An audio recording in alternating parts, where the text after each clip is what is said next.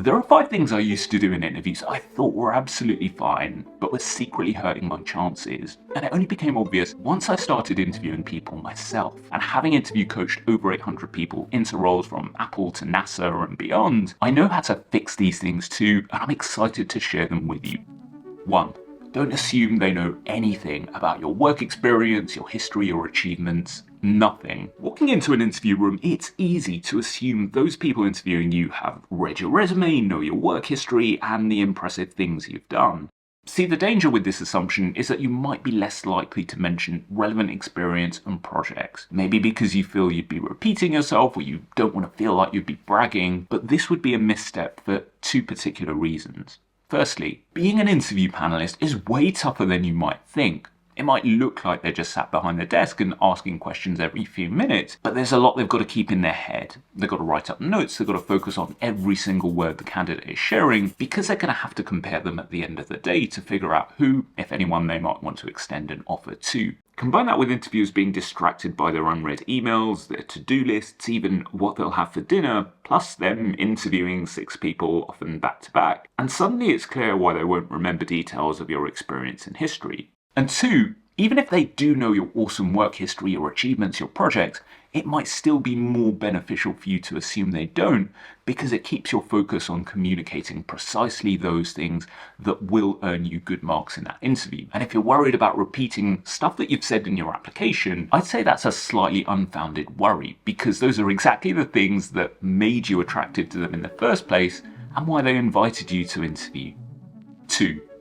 Don't start talking until you've got some kind of a plan in your head. Doesn't have to be a perfect plan, doesn't have to be a complete plan, just maybe a couple of points that you want to talk around. And it's a mistake I used to make all the time. I can remember instances where an interviewer would ask me a question, I'd get really pumped because it was a question that I could answer, and I used to fly straight into it without reflecting why they might be asking that question or what they might want to hear. And this was dangerous because I would often find myself in a bit of a cul-de-sac, a bit of a dead end with my answer, or worse still, I'd completely forget what the question was in the first place. So what do? Well, if it's a question you've already prepared for, maybe you've already got a couple of points to phrase your answer around. And if you haven't prepared for it, here are 3 approaches to buy time while you get that plan in your head. Option 1, ask them to repeat the question. And this is 100% fine, by the way. Option 2, you repeat the question out loud, e.g., so it sounds like you want me to describe my analytical skills. And so you've bought yourself a few seconds. Or option 3, with a big smile on your face, say, you know what, that's a really interesting question. I'm just going to take a moment to think of the best answer I can.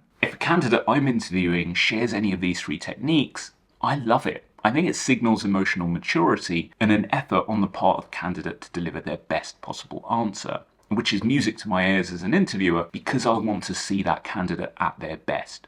So don't start talking until you have something of a plan. 3. Interview answers that are either too short or too long. As someone who's sat through over 10,000 interview answers, there is a definite sweet spot for interview answer length that sits somewhere between 2 minutes 30 and 3 minutes. Too short and it feels like the candidate might be lacking a little bit. Too long and my attention starts to drift as an interviewer. Now, of course, the content's still got to be good, so assuming a 10 out of 10 answer in terms of its content, here's how that answer might score at different answer lengths. Even if it's perfect, you will cost yourself marks by straying outside of this zone. So when you practice saying your answers out loud when preparing for the interview, definitely keep an eye on the timer. You'll quickly get a feel for what 2 minutes 30 to 3 minutes naturally feels like. 4.